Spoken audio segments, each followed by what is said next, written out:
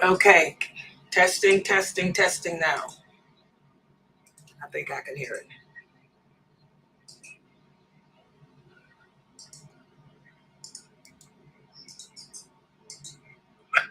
Yeah. Okay.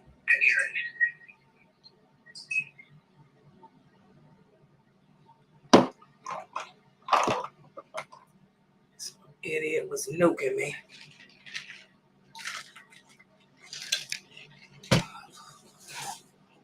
Okay, guys, inshallah, we're going to go ahead and get started.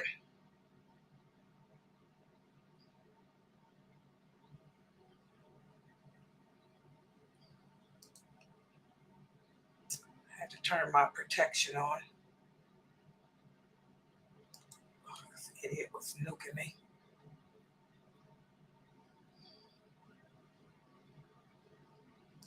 Okay. In alhamdulillah wa salat wa salam ala wa rasulullah. Welcome to our series on the signs of the last hour. This is my series on the signs of the last hour. And for this series, we've covered all the way up to the arrival of Jesus, alayhi salam, and how Jesus will come back as a prophet. I mean, not as a prophet, but as a leader of the entire world. He will revive the sunnah of the Prophet Muhammad sallallahu alaihi wasallam and reinstate that. And everyone in the world that's living on earth at that time will convert to Islam. Islam will become the universal religion of the world. And 5 to 7 years of peace. And then after those 5 to 7 years of peace have ended, then we will be confronted with another fitan, which is the Gog and the Magog. We also talked about how when Jesus comes back, he will establish his rule from out of Jerusalem. Masjid al-Aqsa. Masjid al-Aqsa will become the seat of his rule. And a lot of people ask, well, what will happen to the mosque in Mecca, the mosque in Medina? Well, they will be destroyed. Again, we talk about how we see all these Muslims today protesting, and all they're doing is protesting against the qadr of Allah, because war comes from Allah. And Masjid al-Aqsa will remain in the same situation it's in today. It will never leave that situation that it's in until Jesus comes. The hadiths are clear. The hadiths are clear on that. So as Muslims, we have to accept that Allah knows what's best and not us. That your wants, your desires are nothing. It's all about Allah and what he wills to be.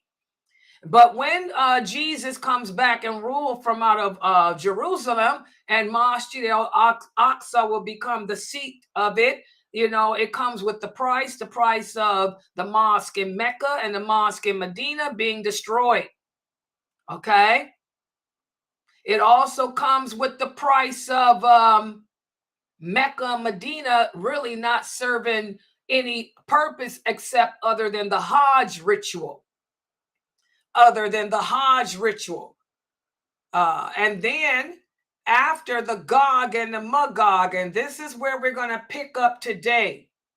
What happens after the Gog and the Magog? We talked about how the Gog and the Magog. Let me ask a couple of questions. Who are they? Who are the Gog and the Magog? Can anyone tell me? Who are they? Who are they? They are the descendants of Noah. Exactly. They are the descendants of one of Noah's sons. So they are humans, right? And where are they? Humans. Yeah, where are they? Cave. I mean, they're in a between two mountains. And Dude Carnane put a barrier over them with iron and copper, and Allah sealed them in, so they won't be able to come out until Allah let them break the barrier. Great. So they're here. They're people like you and me. They marry, they have children, they have animals and all of that. But what is it that Allah has not exposed them to? Allah got them sealed between these two mountains. When, first of all, why does Allah have them sealed between those two mountains? Why? Why are they there? Why are they sealed? Why come they can't travel around like the rest of us? Why are they sealed between those two mountains?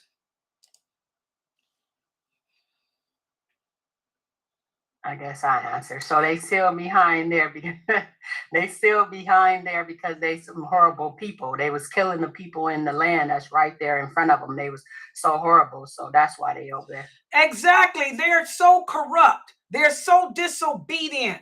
They're so bad, so horrific, that if Allah were to let them run free, they do nothing but cause chaos. They're murderers. They're just uncivilized. They're barbarians. That would be the term to best describe them.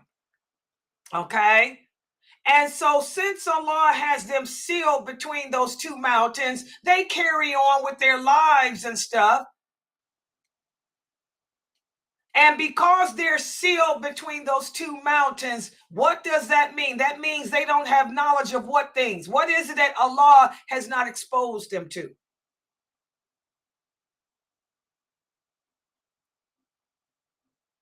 Y'all know what I'm trying to ask?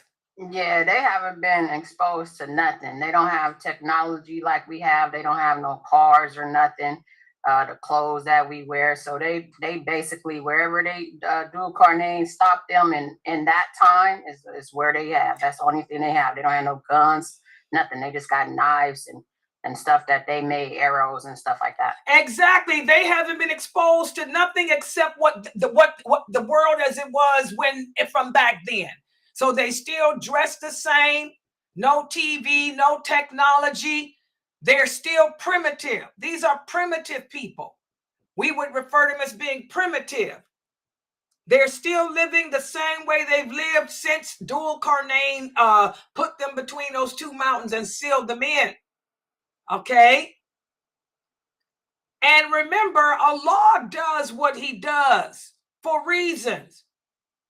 We talked about how they will remain behind that wall, but remain behind that barrier until Jesus comes. And we talked about how after 7 years of peace, that's when Allah will cause the wall that's keeping them behind it to break down. And what will those people do when they come out? What's the purpose? What's the reason of Allah releasing that wall? What purpose? What will they do when they come out? Anyone? The only purpose that they serve is to go and kill all the Arabs in every land, every Muslim land they're going to hit. They're going to go. That's their purpose. They there because all the Muslims have deviated away from the Prophet Muhammad sallallahu alaihi wasallam. So that's their purpose, to go there and tear them up. Exactly. They're going to come down and go crazy with their swords, their bows, their arrows. They're going to drink up all the water, destroy all the Arabs. They're not going to travel the entire world like the Antichrist.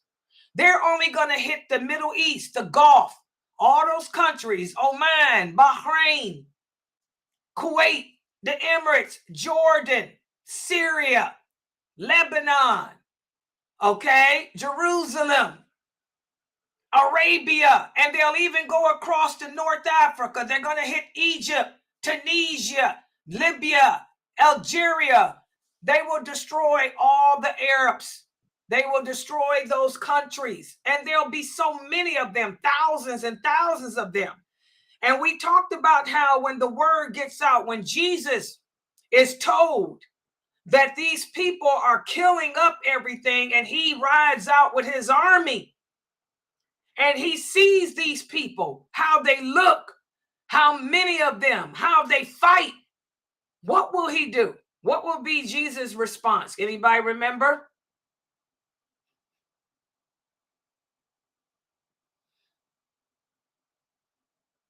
Jesus' response is going to be he's going to make dua to Allah because they can't stop them people. It's going to be thousands and thousands of them. And so he's going to pray to Allah for Allah to stop them. And Allah is going to send down incense to bite them on the back of their neck. Exactly, guys. Jesus it will make dua. He will know that there is nothing that he can do, that he stands no chance against these people. Wait, I'm trying to make a picture or something. Okay, took a screenshot so I can see my face, how disgusted I am that only one student is answering these questions. Well, I tried to, but...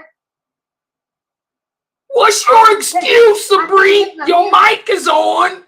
I know it is now. I was trying to take it off. I was trying to say, well, he's going to make dua. Exactly. That's what Jesus alayhi salam is going to do, guys. When he comes out and sees there's nothing that he can do against these crazy people, he's going to call upon Allah and say, Allah, what am I supposed to do? I can't defeat these people. These people are barbaric. Plus, why is it that, what's another reason? The Gog and the Magog, they will not just have the advantage over Jesus and his army because of their numbers, but what else? What is it? What else would be different? What else will give them an advantage, primitive as they are? What else will give them an advantage over us? Anyone? Because they have no fear.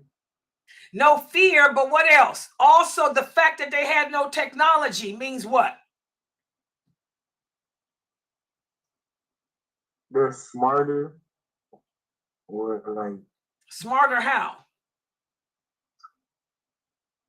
Like, imagine, guys, you're fighting in an army against a bunch of people with swords. Not what does that mean? I'm giving y'all the clue to the answer. Because they're skilled. They know how to like do this stuff because they have to rely on technology. So Exactly. Remember, guys, this is after World War III. You know, Jesus comes after the war against Islam. The land's been destroyed. All these nuclear bombs, atomic bombs, ETFs, and all that. The world is destroyed. We ain't got no more guns. We ain't got no more cannons. All that helicopters, cars is done. Ain't no civilization like that anymore. After when Jesus comes, we'll be living like in the days of dystopia. Dystopia, no technology, no cars, no trucks, no airplanes, no guns, no atomic bombs. Will be no electricity. The earth has to be redeveloped, and that takes years and years and years. The earth is destroyed. So we're back living off the land like we used to do back in the Dark Ages. It's like the Dark Ages all over again.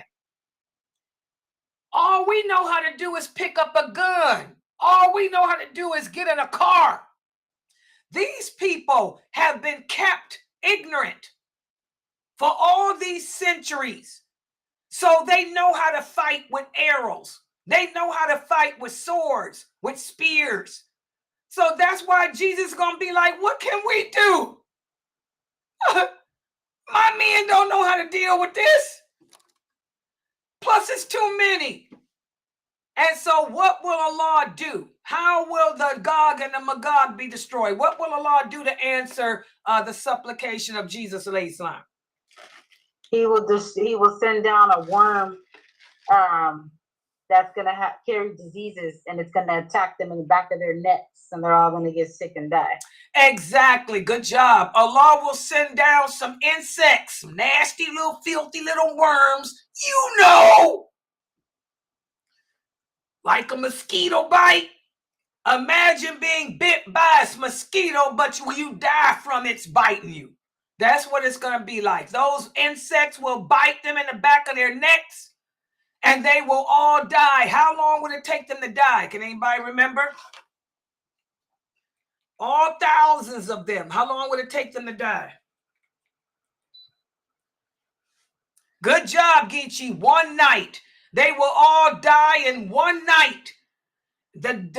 Jesus will make that dua, And after Fajr, then he will go home and tell the people, let's just pray that Allah will bring us some help. And I'm going to tell you why. I'm going to tell you how outnumbered.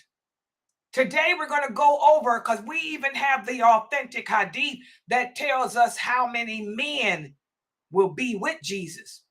Because remember, most of the people living on earth have been destroyed. Why does Allah send war? Allah tells us in the Quran, he sends war to cleanse the earth of bad people. We were bad people. When Jesus and the Mahdi came, most of the people living on earth were bad.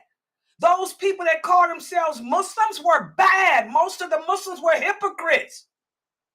So Allah brings war to cleanse the earth, to kill the people, to replace them with some people that are better. Just like he did in the time of Moses, alayhi salam. Allah, since the children of Israel refused to submit to Allah, so he said, I'm going to make y'all wander for 40 years until you all die out, because there's no way I can penetrate y'all. Y'all are just done. Y'all broken. Well, for those of us who are living on earth at the time of the Mahdi, most of us are broken. Remember, the Mahdi will only have a handful of believers to support him.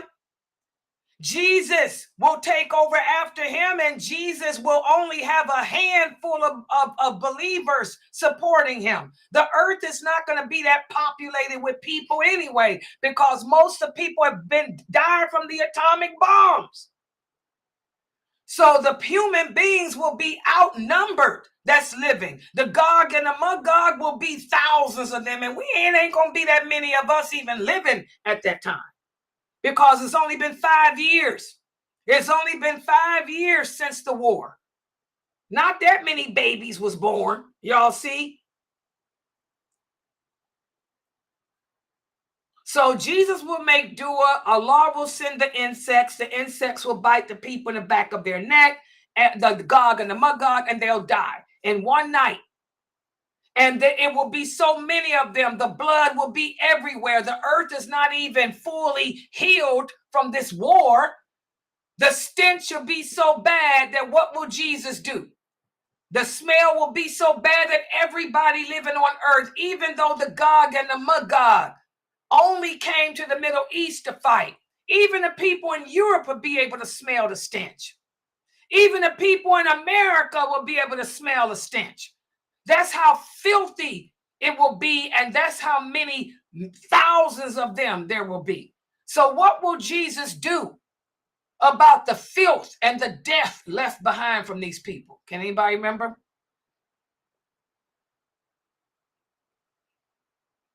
He'll make dua to Allah again, and Allah will send the birds to come pick their bodies up and throw them all in the river, the ocean. Good job.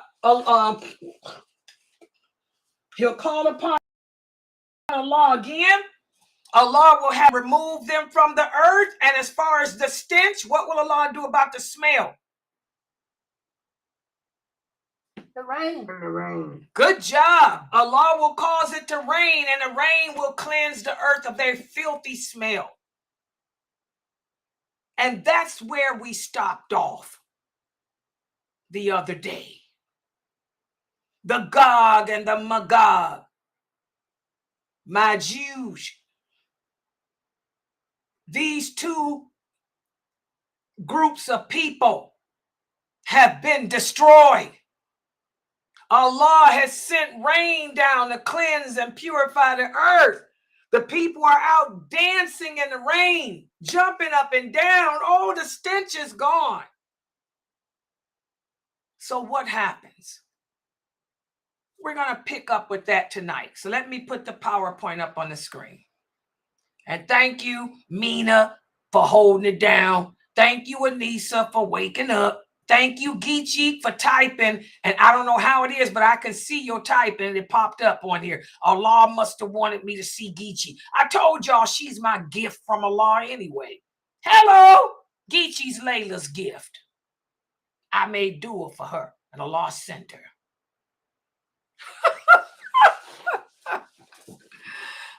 Okay, give me a second, y'all. Trying to keep it real because I don't feel good today. I think I overdid it. I exercised and I think I overdid it or something. Kind of, sometimes you can do too much exercise. I think I did too much. I feel good though. I look good. Tell you Layla look good. All right. I look better than my grandchildren. That's how good I look. All right, let me put the yeah, you look better than yours. I'm telling you, where fat. That's right. Where fat's in the image, she says she work out too. She says, Sister Leigh, I look better than mine too. That's right. We keep it real. Hello. Work out. Pump that arm.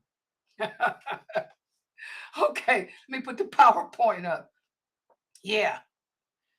Yeah, your upper body. That's what I do. I work out. Let me show. Hold on for a second, guys. Little girl talk for a minute. Hold on. Let me show her. Where that? Check it out. Upper body, girlfriend. Twerk them shoulders like this. See that? Oh, feels good. That arthritis in the shoulders? Yeah. Okay, let's put the PowerPoint up on the screen. Well, Faye, you are so crazy. Do you ever go to sleep in the Emirates? You hear every night. Yeah. Oh, really? Let me see what she's typing here. Oh, really, Wafa?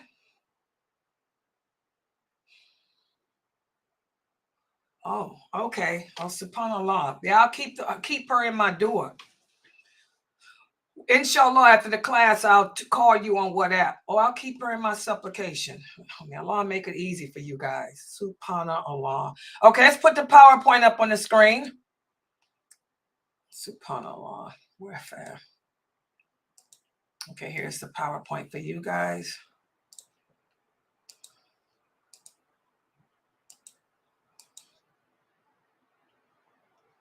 Okay, let me come. Okay, you guys can see that now? Yeah. Hold on. All right. This is what we're going to be talking about today. Let me get my PowerPoint together here. Today, we're going to speak about what happens. What happens after the Gog and the Magog? Okay, Jesus has supplicated, called upon Allah. He said, Allah, ain't nothing we can do. These people are outnumber us. And they so barbaric. Ain't my men, even I ain't got nothing to do with this. I'm a lover, not a fighter. So Allah will send the destruction to the Gog and the Magog. And so what happens after that? Well, here we go.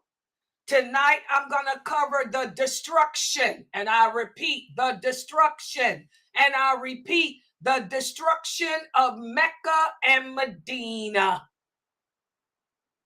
Okay? Yeah, I don't like that picture either. I look so angry in that picture. I look disgusted. I was probably dealing with that hacker. Okay, it's been proven in the authentic hadith, guys. We talked about it when I went over the Antichrist. That remember, Allah lets us know that when he sends the Antichrist will not be able to enter Mecca or Medina, because Allah will have two angels standing at the gates to keep him from entering.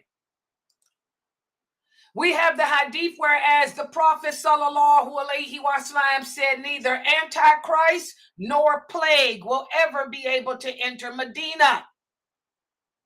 So we talked about how when the Antichrist comes, he will camp outside Medina. And then Allah will send 3 earthquakes. And when Allah sends those 3 earthquakes, every hypocrite and sinful person will be kicked out of Medina. And by the way, the same is for Mecca too. Mecca, the same thing will happen with Mecca too. So all the hypocrites and sinners will be kicked out, and they will go and join the Antichrist, who will be sitting there on his donkey. Like in this picture, he'll be on a donkey waiting for them. And he will tell them, I am Allah. I am Allah. He'll lie and tell them, I sent this earthquake. I'm Allah, you joining me. And they will believe him because they're hypocrites and they're sinful people. The only people that will be left in Mecca and Medina will be true believers. And it's not that many. But we talked about how those true believers, when they hear that the Mahdi has come, they will leave Mecca and they will leave Medina and join the Mahdi. So the hypocrites of Mecca and Medina will be supporting the Antichrist, thinking he's Allah. Whereas the true believers will be with the Mahdi, giving their allegiance to him. Okay?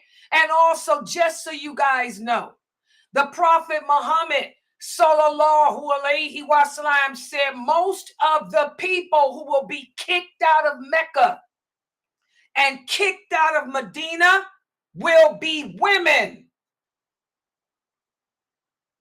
As the Prophet sallallahu alaihi wasallam said, Medina is good and its evil will be eliminated and its goodness will be obvious. Remember, why is it that women will be so sick during those times? Because we've blurred the lines. Remember, in these days, the women will have taken on the role of men, and the men the role of women. The women will be prostituting, making public spectacles of themselves. When I say prostituting, I don't mean having sex. I'm talking about public spectacles like you're doing now. You know, being a man, trying to be a public man with your soft voices though, and all that crap. So, you know, women, there's going to be more women in hell than men too, for a lot of reasons too. But most of the followers, most of the Antichrist's followers will be women, because women are just that way. Okay? So we talked about that. That's when the Antichrist comes. And after the Antichrist appears, we know Jesus comes after him. Jesus will defeat him. And Jesus will then establish Jerusalem as his place of rule. Masjid al-Aqsa. So the Prophet sallallahu alaihi wasallam goes on, and what's the source of all these hadiths? The source of all these hadiths are Sahih Bukhari and Sahih Muslim. The Prophet said Medina will remain inhabited during the days of the Antichrist and during the time of Jesus until Jesus dies. Then when Jesus dies, Jesus will be buried in Medina. And then Medina will be destroyed. Here's the hadith. Umar, may Allah be pleased with him, said, I heard the Prophet say, a person will pass through Medina, and said there used to be a time when many people used to live here. And the same with Mecca. The only purpose Mecca will serve is the Hajj. The people will only go to Mecca to make Hajj. That's it. But after Jesus dies, Mecca and Medina will become uninhabited. Medina will be destroyed. Mecca will remain alive and functioning only for the Hajj. And all these hadiths are authentic. Listen to what Abu Hurairah said. He said the Prophet sallallahu alaihi wasallam said people will leave Medina in spite of it being in better condition. The only thing that will remain are wild animals and birds. And when the last hour comes, there will be 2 shepherds of the tribe of Muzayna in Medina. They will enter Medina with their sheep, but they will only find it full of wild beasts and will run away. And when they arrive at the hill, they will fall on their faces because of the last hour. So from this authentic hadith, which is in Sahih Bukhari, you can see even after Jesus dies, we still will not be as we are today in technology. Y'all understand that? There'll be no cars, there will be no airplanes, no atomic bombs. We're still living in dystopia. We'll be living off the land with sheep. We'll be riding on horses, riding on camels. There won't be no cars. So again, the entire earth will have been destroyed from that war, guys. Okay? So we're back to living like we did back in the dark ages. Even these hadiths, it shows that when the last hour comes, our condition as humanity, our humanity condition will be like it was in the dark ages. All that technology gone because we used it and destroyed our earth as a result. And the source of all of these hadiths is Bukhari and Muslim. So let's talk about it. That summarizes that. But let me try to paint a better picture. After Allah destroys the Gog and the Magog, the Prophet Muhammad tells us that there will be some years of peace. How many years? The hadith doesn't mention. But Allah will destroy the Gog and the Magog after Jesus makes dua. Remember, we talked about how the Prophet ﷺ said Jesus will be here for 40 years. For 40 years. So we will have some peace until the arrival of the Ethiopians. This will be the next great fitting. After the Gog and the Magog will come the Ethiopians. And Allah speaks about that in the Quran. And also our Prophet ﷺ speaks about it. The Prophet ﷺ said, Dul Suway Katain. That means the bow-legged man. The bow-legged man will come at the time of Jesus, the son of Mary. And when Jesus hears about him, Allah will send Jesus at the head of an army.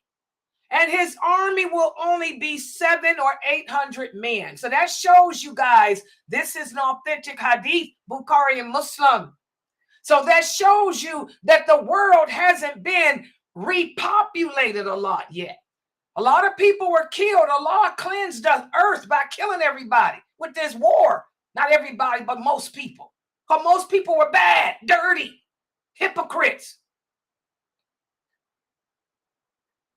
And what is it that will be going on to make Jesus approach this man? Well, Dul Suway Katain, he's a bow-legged Ethiopian.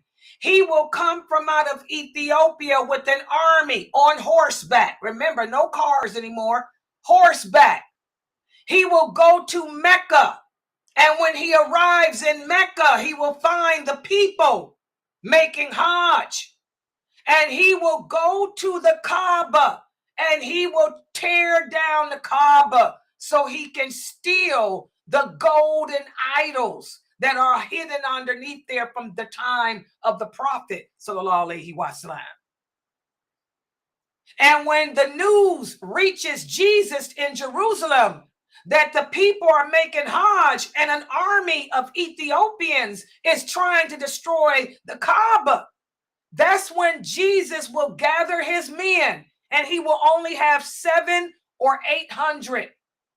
And while they are marching on their horses and camels, because ain't no cars, while they are marching towards Mecca, so they can confront this man and stop him, they will never make it there because Allah will send a breeze from the direction of Yemen, which will carry a virus like the coronavirus. And that virus will kill every person living on earth who believes in Allah. Y'all hear that? Corona. Look how the coronavirus came. Look how many people, and you don't believe it was real? It was real. There were lots of people who died all over the world because of that coronavirus. The same way the coronavirus impacted us in this age, this is going to be another coronavirus. And it's going to kill a lot of people too. But the difference is the people that die from this coronavirus will all be Muslims who believe in Allah. Because remember, there is no other religion on earth but Islam. Remember, Jesus has made Islam universal. But the people who die as a result of this virus, they were people who believed in Allah and were not hypocrites. And that's how Jesus dies. Jesus, alayhi salam, will never make it to Mecca to confront Dhul Suway Qatain, because he will catch a cold and he will die from that virus. And not only will he die, his entire army of 800 men will die as well. And as the Prophet sallallahu alaihi wasallam said, when all the believers on earth die from this virus, the people that will be left living will be the worst people, and they will be worse than animals. Even though they claim to be Muslim, they will be having sex in the streets, just like dogs, because they have no leader over them anymore. There is no president. There is no governor. There is no a ruler over them. And that's when the prophet said the last hour will be close. But here we can see this is the death of Jesus, alayhi salam. Jesus will die going to stop these Ethiopians, but he'll never make it there. But he'll be close to Mecca because he will be buried in Medina. He'll only make it as far as Medina, and he'll die and he'll be buried in Medina. Listen to other hadiths that the prophet said about the Ethiopians. He said, leave the Ethiopians alone as long as they are not bothering you, because no one will recover the treasures of the Kaaba except for Dhul Suway Qatain. He said, and I can see him now. He is a black man, and his legs are widely spaced. That means bow-legged. And he will destroy the Kaaba brick by brick. This hadith is authentic. This hadith is Bukhari. Also, the Prophet sallallahu alaihi wasallam said the last hour will not come until a man from Qatain appears and rules the people. And we're going to talk more about that hadith the next time we meet. Okay? Also,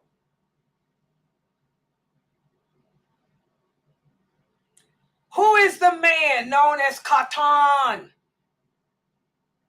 Qatain is not Dhul Suway Qatain. I'm going to go into more detail when we meet in this class again about this. Qatain is Arab. Qatain will be a king from Saudi Arabia. What happens is right before the bow-legged Abyssinian comes to destroy the Kaaba, the Arabs will be engaged in a fight. They'll be arguing as to who's going to be the new king of Saudi Arabia. And this one man will make himself the king named Qatain. Listen to what the Prophet sallallahu alaihi wasallam said. Allegiance will be given to a man between the Rukn and the Maqam.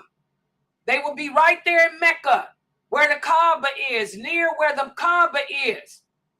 And the people will pledge allegiance to him. And no one will violate the sanctity of the Kaaba except those who will be living there. The prophet's talking about the Arabs. The Arabs of Saudi Arabia will be right there outside the Kaaba fighting and arguing because their king has died. Who's going to replace the king? The king of Saudi has died. Who's going to replace him? So they'll be sitting there arguing and fighting with each other as to which one is going to be king. There's a hadith that says the people will come from Jordan. The Arabs will come from as far as Jordan, all wanting to be king of Saudi, I guess.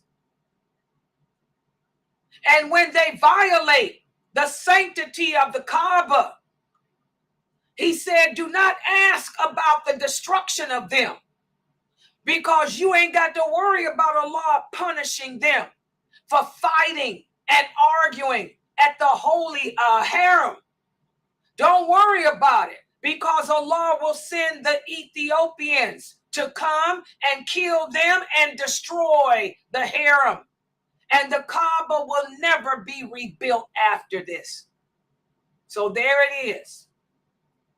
When Dhul Qarnayn comes, it's going to be easy for him to destroy the Kaaba, because the Arabs are going to be standing out there fighting each other with their little swords, with their little spears, fighting to see who's going to be the new king of Saudi Arabia.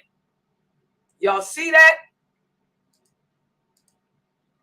Also, another hadith, the Prophet sallallahu alaihi wasallam said the Kaaba will be destroyed by Dhul Qarnayn from Ethiopia, and he will rob it of its adornments. He will take away its covering. And I can see him. He's a bald-headed man who ain't bald nowadays. And he will have distorted wrists and ankles. And he will hit the Kaaba with a shovel and a pickaxe. So y'all can see dystopia. Y'all can see we're still primitive. We don't have the weapons we got today. That stuff destroyed the earth. We back to using axes, shovels, and all of that nonsense.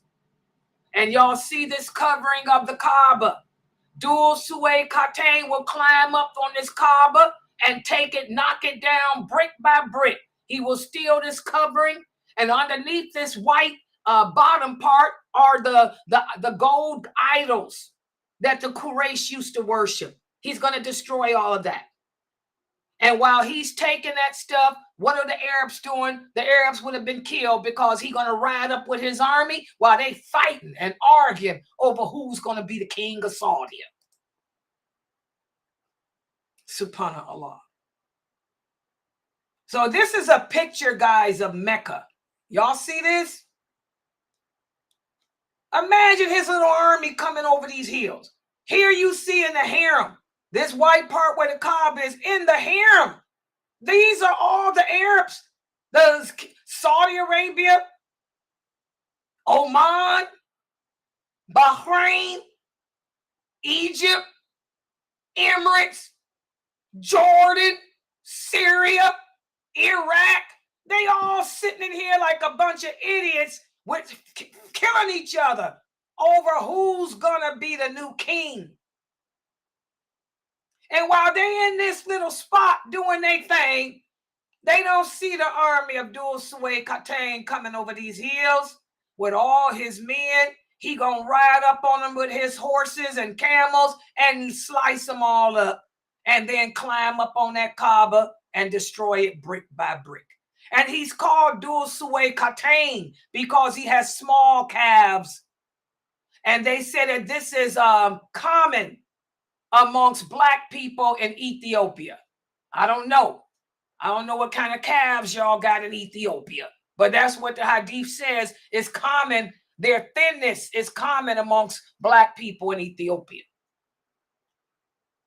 So a lot of people may ask the question, how is it that he will be allowed to destroy what Allah has made a sanctuary?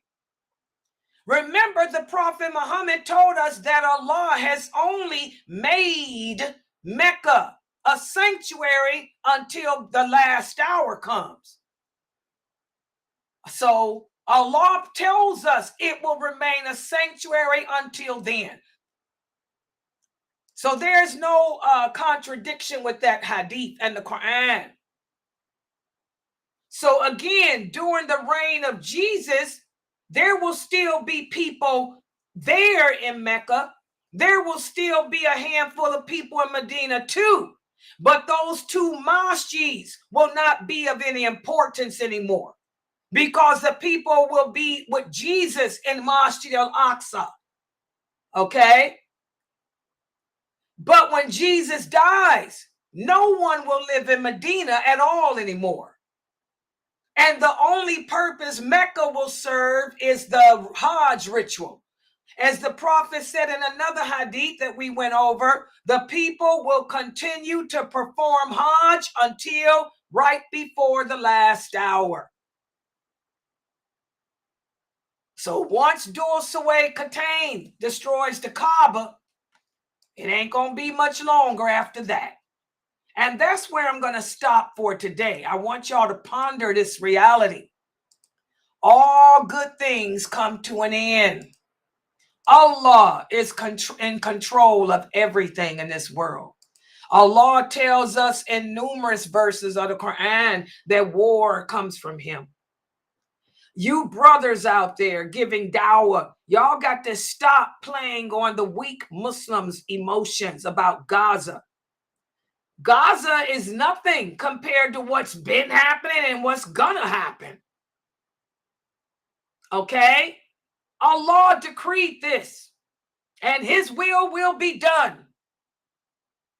Okay? We brought it on ourselves. As the prophet said, when you live to see these minor signs happening, know that whenever we transgress Allah's religion and transgress him, there will be repercussions. He will bring war. And the main purpose is to cleanse the earth of bad people. That's why I tell y'all, don't get it twisted. Don't believe that everybody who dies in a war is a martyr. Don't get it twisted. Don't believe that everybody who's dying in Gaza, everybody who's dying in Africa, everybody who's dying who's Muslim is going to paradise. We got some bad people, man. You got some bad, corrupt people. I remember right here. And you guys remember too. It wasn't that long ago. It wasn't that long ago. It was not that long ago. I would say just a year. That I've had a brother from that part of the world come on my website, and I give him the hadith of Aisha radiallahu anha, who says that a woman does not invalidate the prayer of a man. What did that brother do, guys? He argued and told me what Imam Hanafi said. Don't get it twisted. Don't sit there and think that everybody in Gaza is good. There's a lot of bad people. It was just a year ago. Just a year ago. Just a year ago. A man from Gaza joined my Zoom room, talking about how he wanted to get married, asking me if I knew of any Muslim women here who are educated that would be in looking for a righteous husband. And then what did he say? What color is her skin? I don't want nobody who's black in color. What else did he say, guys? What kind of hair does she have? Is her hair curly or is her hair straight? What did he say when I told him that the sister I was thinking of is from Yemen? Yemen is an Arab country. He claimed to be Arabic too. He's Gazan. Where was he from, guys? Gaza. He said, I need to know what color her skin is, because a lot of the women in Yemen are black. And I need to know, how does her hair look? Because a lot of the women in Yemen are black with thick curly hair.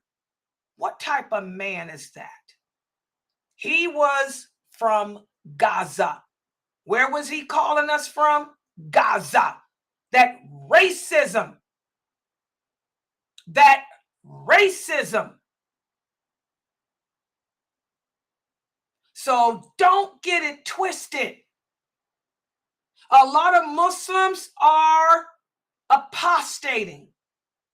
I received 6 calls in the past month from women telling me that their 20-something-year-old children have apostated from Islam because they said, how can they believe in a God who's allowing babies to die in Gaza, who's allowing people to die in Gaza?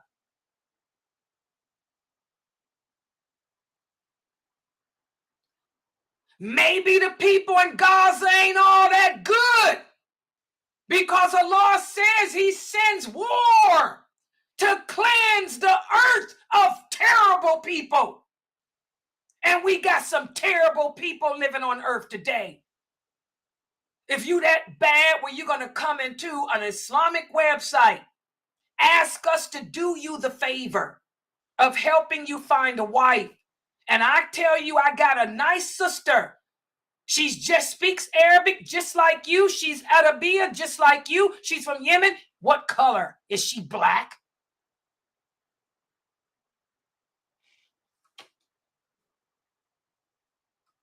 We got to think, people. Allah is in control. Allah knows his creation better than we know ourselves. Allah works in mysterious ways. We should never question why Allah does what he does. Instead, whenever Allah does what he does, we need to do like the Prophet Muhammad sallallahu alaihi wasallam said, and fall back. Fall back. Fall back and check yourself.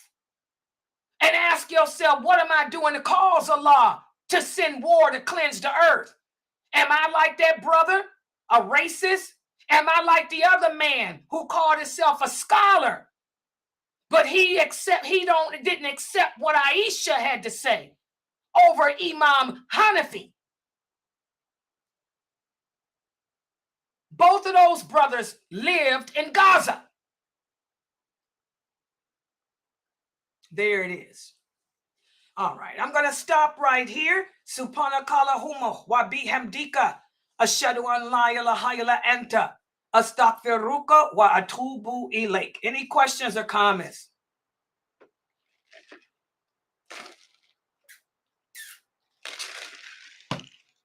And by the way, that one who didn't want to accept the hadith, I brought a real scholar of the ulama to correct him. He had no respect for him either. Y'all remember? Does everybody remember that? Anybody in my Zoom room? Y'all remember this? Or y'all? Yep, I remember that. And where was he at? He was in Gaza. Lived in Gaza. Was right there. Do y'all remember the one that came in with the racism? Where was he at? In Gaza too. Right there. Right before Allah sent the war. You know what? Both of those incidents happened 2 months before the war. Don't ever question Allah. Don't ever question Allah. And of course, it's not everyone. But like I say, I don't want y'all, because these famous speakers got y'all thinking that everybody in Gaza is a martyr and everybody in Gaza is good. That's not true. That's my point.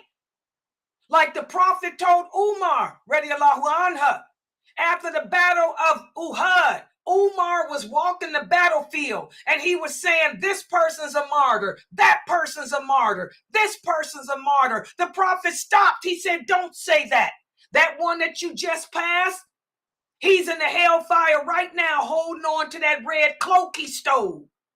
He said, not everybody who dies in a war is a martyr. He said, Umar, Allah sends war to cleanse the earth of bad, corrupt people. Some people who die are martyrs, but there's many that are not, who are corrupt. That's the point I'm making. Allah is just. Islam is balanced. Islam is balanced. There's good people and bad people. You can't say everybody in America is bad. There's some of us that are good. Just like I'm not saying everybody in Palestine's bad. But I'm not going to tell you that they all good either. I know better than that.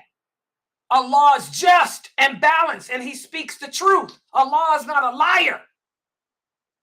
And he knows his creation better than we know. And we have to submit. We have to accept that he's in charge. Accept that he's just, that he knows what he's doing. Like the Prophet told the companions, accept that Allah knows what he is doing. And check yourself individually. Check myself individually. Okay? All right. Any other questions or comments?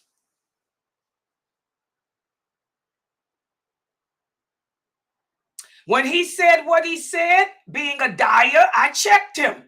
When that man came in here and made the comment about my student, wanted to know if she was black and ugly, because he felt black is ugly, I checked him.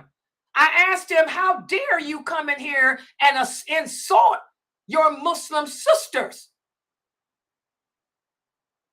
And I just told him, well, she got on the microphone and she told him, thank you, but I am not interested in you. She told him, you are not righteous enough for me. And that was it. Because the sister was here. And she got on the mic and told him, I'm not interested.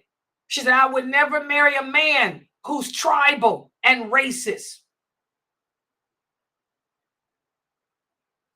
Mm-hmm.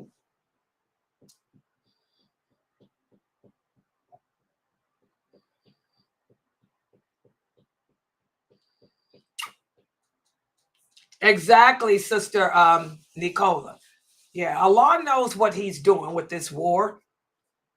Just like, do you guys think that everybody in Iraq was good? Y'all think everybody that died in Kuwait was good? Everybody that died in the war here in America? I mean, come on, guys. There's good and bad people. Allah does that to cleanse the earth. And also he says, so we can see who the true believers are. You know, Allah, right before that war happened, these incidents happened in my Zoom room. And I think Allah did it to let y'all see, you know, not everybody is good. There's evil everywhere. You got bad people in Gaza. You got bad people in Saudi Arabia. This hadith we went over, just because you live in Mecca, just because a person lives in Medina, you think they good? Allah said he's going to send 3 earthquakes that's going to kick out the hypocrites and the sinners. So that should tell you that just because you live in Mecca, just because a person lives in Medina, they're not righteous and good. There's good people and bad people everywhere. And that's the point I'm trying to get you guys to see. Don't be twisted. Don't get it twisted and duped. Balance. Everything is balanced. Allah is the one who balances. He's balanced the universe. He's balanced the environment. He's balanced us. Everything is balanced. Okay. Any other questions or comments? Yes, tomorrow. Oh, yes. Did I tell you guys which chapters, Medina? The sister's asking me what pages for the month. It was page 9 to, I think, it was page, I forgot. Something to 9. Yeah. It was the introduction. For you guys was 1 through 9? I think it was 7 to 9. Let me look at my book. Yeah, I'm getting ready to give you guys the pages now because I'm using your book. 1 to 9. There it is, 1 through 9. Okay, good. Pages 1 through 9 of the, well, let me put it up here. Let me show y'all. Hold on.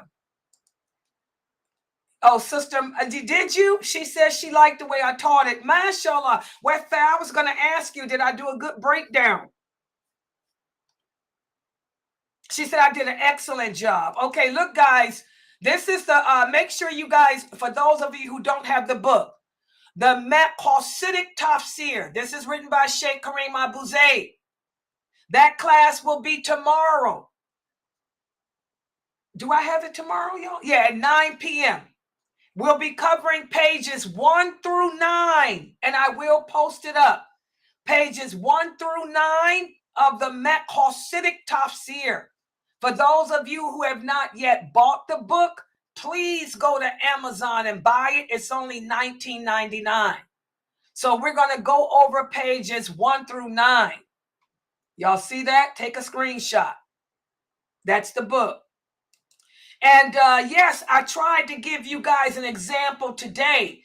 That verse that we went over at 6 o'clock, Allah says, "Oh, you who believe, oh, you who have believed, obey Allah, obey his messenger, and obey those in authority amongst you." Hasidic. What would I do? I would take that verse. That's a verse in the Quran that I can try to reach a higher goal of applying to myself. Because I'm living in America. The people of authority in general are non-Muslims over me. So how can I take that verse of the Quran and apply it to my situation with the understanding that the original companions had and benefit from it? I tried to show you guys that today in today's 6 o'clock class. You know, I obey them and what they tell me to do as long as it doesn't contradict Allah, his laws, his rules, the Prophet, sallallahu alaihi wasallam, his laws, his rules. That's Hasidic. That's reaching the goal of application, the goal of understanding. Remember that hadith. The Prophet sallallahu alaihi wasallam said the difference between knowledge and understanding is knowledge is when you memorize. Understanding is when you take what you've memorized and apply it to your life. That's Hasidic. Hasidic. I'm going to take this verse, apply it to my life with the correct interpretation, the correct understanding that those originals had. Not imam, those original companions. Y'all understand? That's Hasidic. How did I do, Wi-Fi?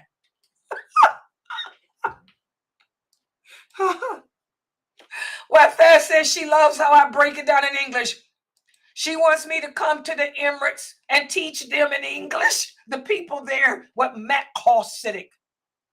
I know. I got a problem with my call and cat. Hasidic. No, it's call. Call is heavy. Hasidic. Fresno says it better than me. She's always been good with her calls. All right, guys. So that class will be at 9 o'clock tomorrow. Make sure you guys read pages 1 through 9. 1 through 9. And also tomorrow, don't forget our 6 o'clock class. We don't have Wella Wabera. We have Dr. McBride. Dr. McBride will be covering chapter 7. That means I got to do this PowerPoint tonight. He will be covering chapter 7 of his book. Oh, I got to turn on the lights. I can't see in the dark. And I wear contacts, so y'all got to excuse me with this. Yeah, he's covering chapters. Let me tell y'all what he's going to talk about. He's going to be covering, hold on. Let's use the daggone glossary or whatever, index. Okay, chapter 7 is the truth and what happens next.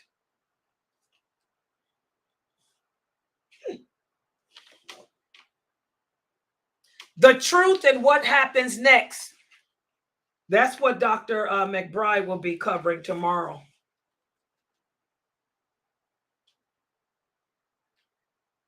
No, the tomb, not the truth. It's the tomb and what happens next. Oh, what's this about, Anissa?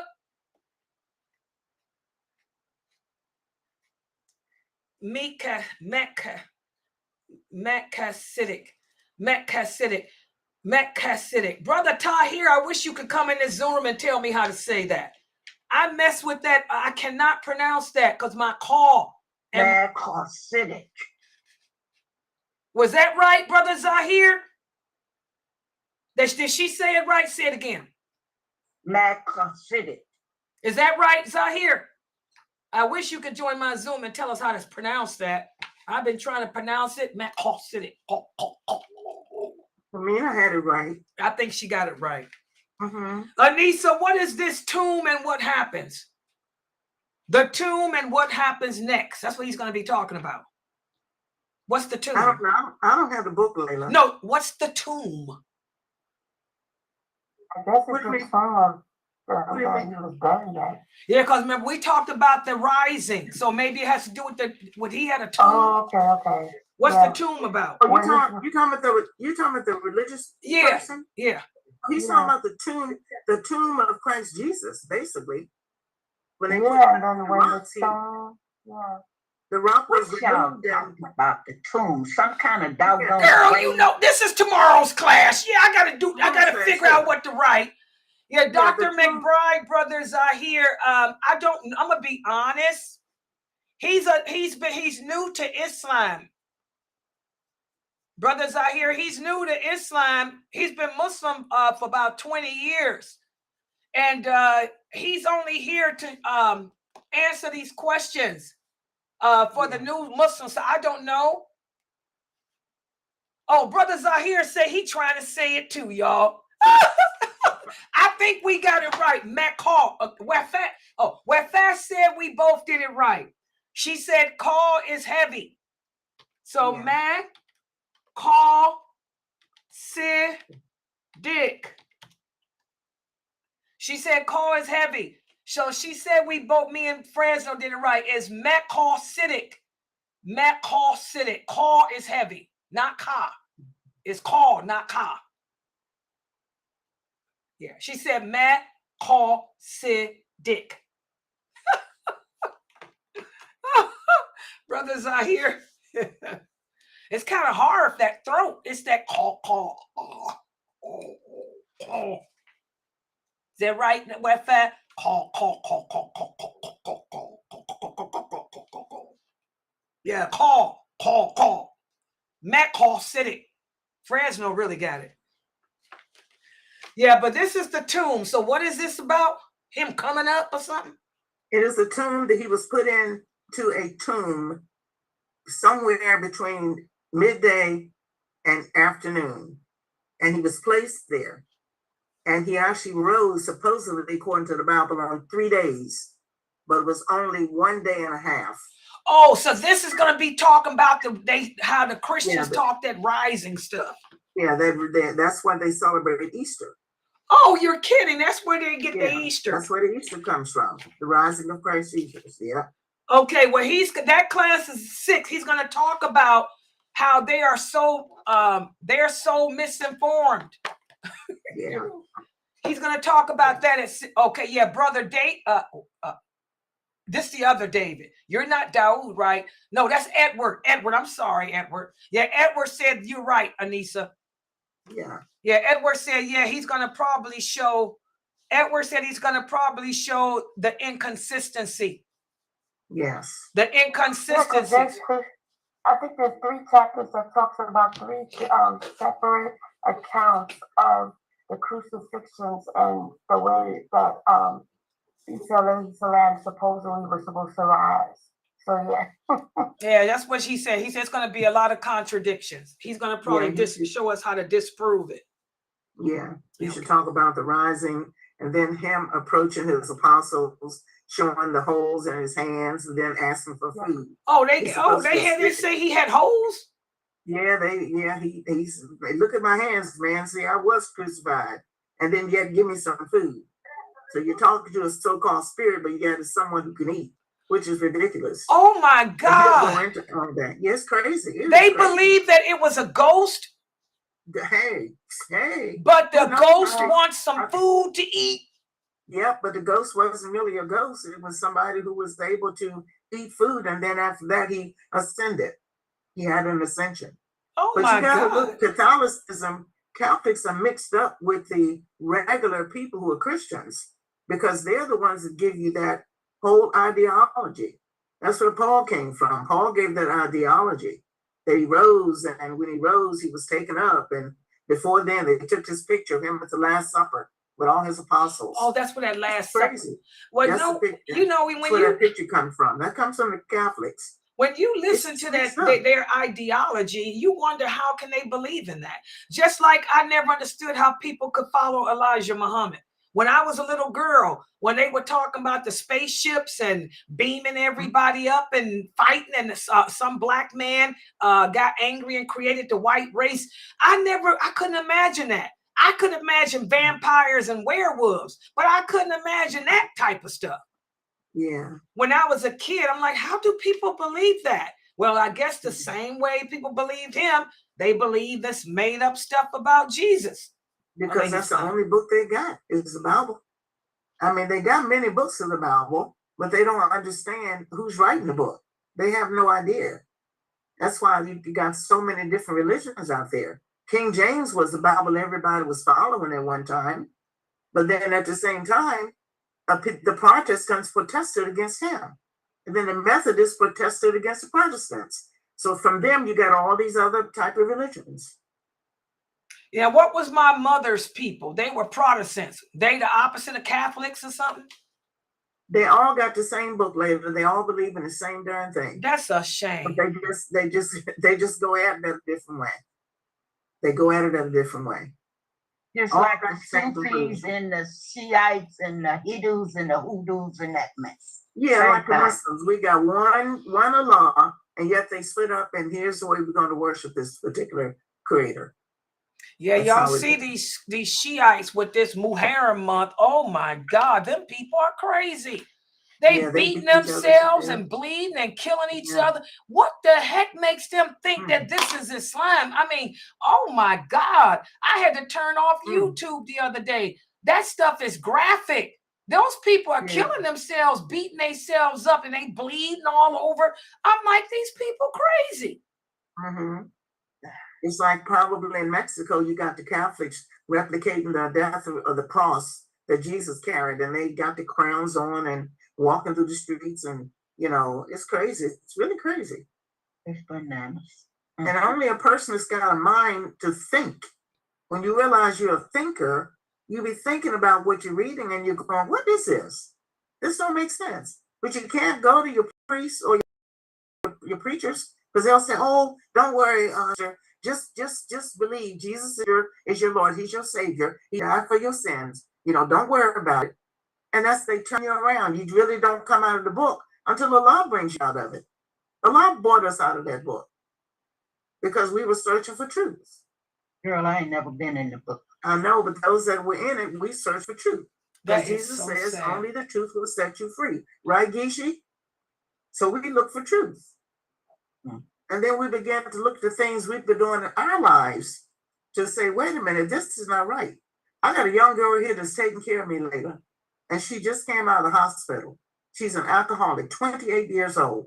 Beautiful child, beautiful girl, beautiful spirit. Got no inkling who Allah is. She don't have an inkling who God is. I can say things like, girl, it's thundering. You need to kind of go on home now. Oh, I'm not worried about that. Girl, Allah will strike lightning. Do you know who's giving this storm? Oh, I'm not worried about that. I'll go in the house. I'll be safe. No, I just shut my curtain because I don't want lightning to come in here and strike me. I can't reach this child. Can't reach her. And she has no inkling of what Christianity is. Her parents, her dad is Christian, her grandma is Christian. They're the ones taking care of me. But this young girl, I cannot reach. I cannot reach her at all. And yes, she takes care of me beautifully when she's here. She goes incognito, she drinks. I can smell the alcohol on her. Oof. But she says, I got to take care of Miss Ali. I got to take care of my dad. I got to take care of my grandma. You know, she comes in, she does the vacuuming, the cleaning, the wash my clothes, but she just goes off. She comes in the morning, I may not see her in the evening. She comes in the evening, I may not see her in the morning. It's amazing that she has no inkling of the Creator whatsoever. And I have taken this girl through Islam. I have really touched her heart, had her crying. I mean, dropping tears on me. I'm almost crying with her because I see her in myself. I see this girl. I see myself in this girl, where she's coming from. I haven't been as deep as she's been, but I've come out of the world like she's in right now. Today, I really hit her with some heavy stuff. I says, you know, young lady, you're acting like an animal. I want you to think about the animals. You're just acting animals. You're animalistic. Look at your life. Look at what you're doing. Look at the people around you. They're like animals. You're like an animal. And I could see her eyes light up like, ooh, I never thought about that. But look at how you're living your life. I have a cousin that's just like you. She just went from man to man, drinking, having fun. Then she got old and she would go down to the country. Nobody wanted to care for her. She died 2 years later. Beautiful girl, just like you. She has sex with her first cousin and produced a daughter who lives in Baltimore right now. Well, how did that happen? These are people in the country who have no ideology of who the Creator is. So they're like animals. And I hate to see you 28 years old. See yourself 10 years from now. Are you still going to be like this? It's amazing. And, you know, I'm a very powerful person to help somebody. I'm not helping this girl at all. Yeah, and I have a beautiful Muslim brother who's living in Deen, who has come here to pick me up. He saw her. He heard her talk. He says, I would like her. I had to text him, Brother Haji, you're my beautiful, sweet brother. You know you're supposed to go to the masjid and try to find your Muslim sister. Wait a minute. The women in the world. The dude that picks you up to take, he trying to get with the Kafir lady? Several, yeah. Two of them. One's a non-Muslim and one's a Muslim. And both of them were interested in her. Why? Is she cute or something? She's her character, Layla, is beautiful. Her character. She's got a lovely character.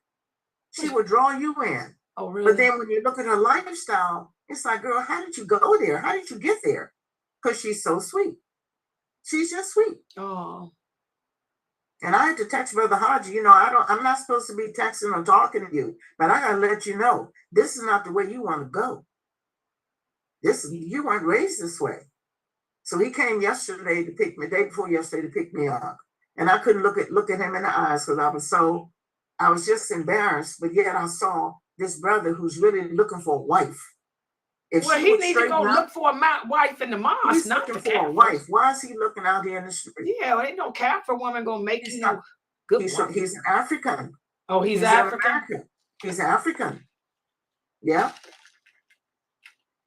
Yeah. Name Haji, probably from Nigeria. Name Haji. That's all I know. Yeah, he's probably from Nigeria too. Boy, man. Yeah, probably. But he's a nice looking, fine young man. Boy, go to the masjid. Find yourself a decent sister. Yeah, you brothers and sisters that looking out and looking at the Kafir. Yes. Oh no, you want a wife, you better take your behind to the masjid. Yes. And this girl, she wears a not a turban, but she wraps her hair. So, you know, a lot of the African, the Muslim sisters, they don't cover their necks, they just wrap their hair. And this girl stays wrapped. And he might have thought she was Muslim. She's covered. He might have thought she was Muslim. I think he did. I think he really did, because she looks like she could be. And he met her father, he met Tony, you know. So it's like, whoa, boy, you know, you got to do better than that. Come on now. You don't know this young lady. Amazing. It's really something. So she's here. I don't know how long she's gonna be here, but she washes my back. You know, I need the woman in here. Right. Because I need a woman, you know. The woman that can help you. Yeah. Yeah, a woman that can help do me, not a man. And by the way, guys, don't forget Friday. Y'all know for my Q&A show on Friday, my topic is going to be, what's my topic? Did I put it on this thing? Here it is. My topic is secret marriage. Oh, yeah. Because this is a big problem, and I want y'all's participation. The Ask Sister Layla live show. As I answer your questions about Islam on Friday, we're going to also discuss a growing problem here with sisters in the West. A lot of the Muslim women are calling me, telling me that they married into polygamy, but they are kept as a secret. I'm going to just be real, guys. The sisters I've talked with so far, none of them are a secret marriage. We don't know what a secret marriage is. So we're going to talk about that. I'm going to break down how does Allah define a secret marriage? Okay, because a secret marriage is not what you sisters think it is. Because all the ones that's contacted me from that polygamy group, ain't none of you in a secret marriage. Not one. None of you have been married in secret. So that's going to be the discussion that we're going to have as I answer your questions on Friday. So make sure you guys share that advertisement too. Exactly, Brother Zahir. That's a problem with a lot of the Muslim women in African countries. We cover our hair, but we don't cover our neck. We don't cover the neck. We don't cover the ears. And we don't cover the breast because Allah is clear. Allah commands the believing woman to draw her khimar over her bosom. We're not supposed to be just covering the top of our head and our bosom is exposed. Why do you guys think all my hijabs, they cover my bosom? You know, so yeah, a lot of the sisters are not dressing correctly. The new shahadas, y'all hear that? Sister Savannah and Sandra and all the new shahadas, you have to draw your veils over your bosom. That's the proper dress. Okay. All right. For those of you on YouTube, I'm getting ready to close out. So don't forget, tomorrow at 6 p.m., we have Dr. McBride. He's going to be speaking about the problems with the people in that tomb thing. And then at 9 o'clock, my class on the Hasidic tafsir, pages 1 through 9. All right. Huh? Don't we have Dr. Yes, and Dr. Saud. Yeah, Sheikh Saud is tomorrow too. Oh yeah, y'all, I forgot. Don't forget at 8 o'clock. Here, where is it? Do his thing? Yeah, we got Sheikh Saud tomorrow too. Sheikh Saud at 8 o'clock. So 6 o'clock, 8 o'clock, and 9 o'clock. 3 classes tomorrow. Inshallah. All right. Okay, guys, I'm going to close out for right now. The Zoom room is open. Subhanakallahumma wa bihamdika. Ashhadu an la ilaha illa anta. Astaghfiruka wa